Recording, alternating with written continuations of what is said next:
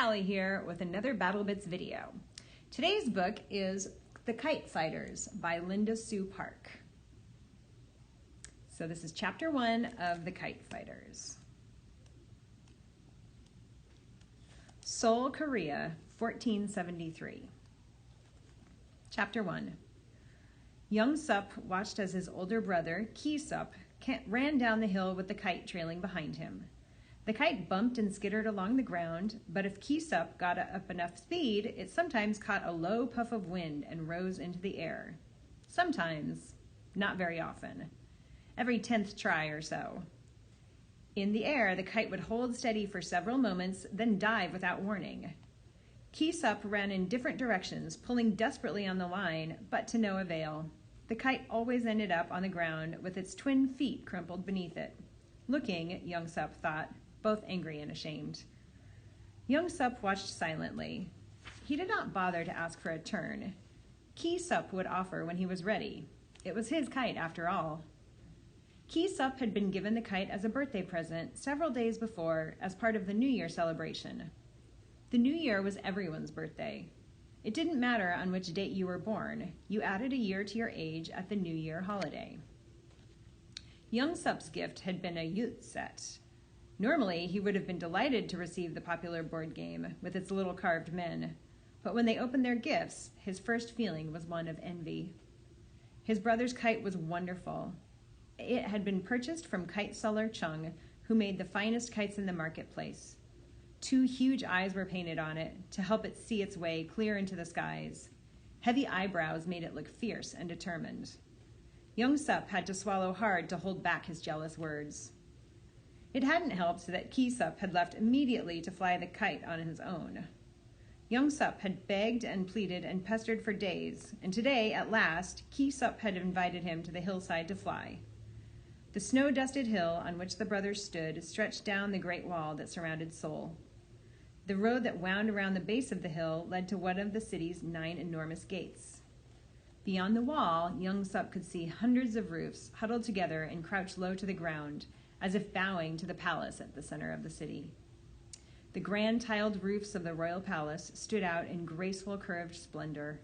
No other structure was permitted to rise higher. Young Sup continued watching in silence as the kite took yet another dive and crashed. At last, Sup handed it over. Young Sup felt a river of eagerness surge through him as he took it. He had decided to try a different technique. Holding the kite at arm's length in one hand and the reel in the other, he threw the kite up into the air. It came straight down and would have hit him on the head if he hadn't dodged out of the way. "I tried that before," said Sup, 100 times. "It never works." Young Sup picked up the kite. In that brief moment, he had felt why it would not fly. On only his second try, he launched the kite from a complete standstill. Sup's jaw dropped. "Hey, how did you do that?" Young Sup shrugged, not wanting to display too much pride. "I'll show you," he said, for he knew in his bones that he could do it again. The kite flew proudly. Young Sup let it play for a few moments, thrilled at the pull on the line in his hands. Bringing in an arm's length of line, he experimented, plying it to and fro. The kite made graceful figure eights, swooping and dipping like a playful fish. Then Young Sup reeled in, keeping control until the kite floated just overhead. He gave the line a final, gentle tweak, and the kite drifted to the ground. Young Sup picked it up and began to demonstrate. First, you let out some line, not too much, but enough to give it a little slack. Holding the middle of the kite in one hand with his arm outstretched, he turned his body slightly.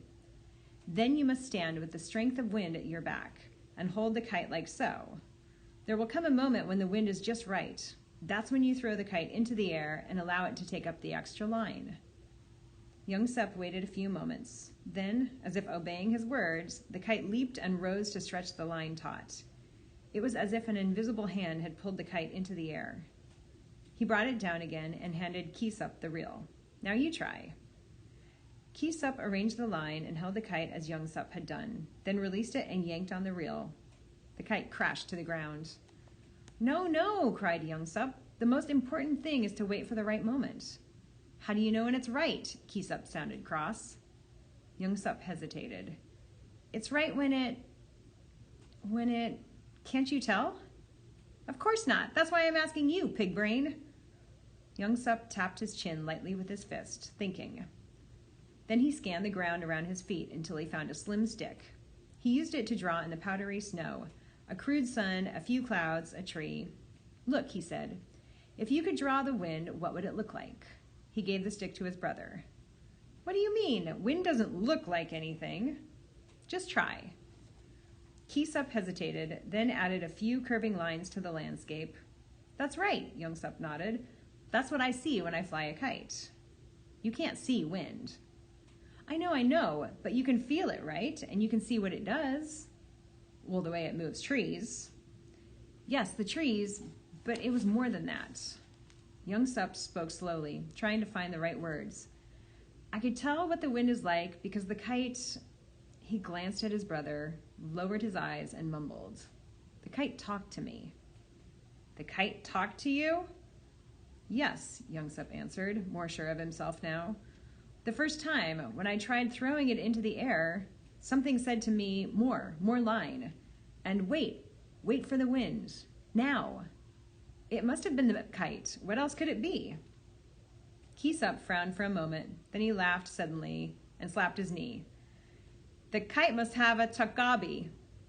Takabis were invisible imps who visited every household from time to time. When the rice burned or an inkpot spilled, such incidents were blamed on a takabi. They were mischievous spirits, but seldom caused real harm.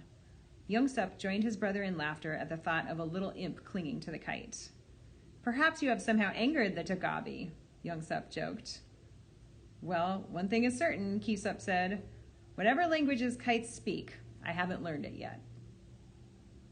And that is chapter 1 of the Kite Fighters. And I will see you next time.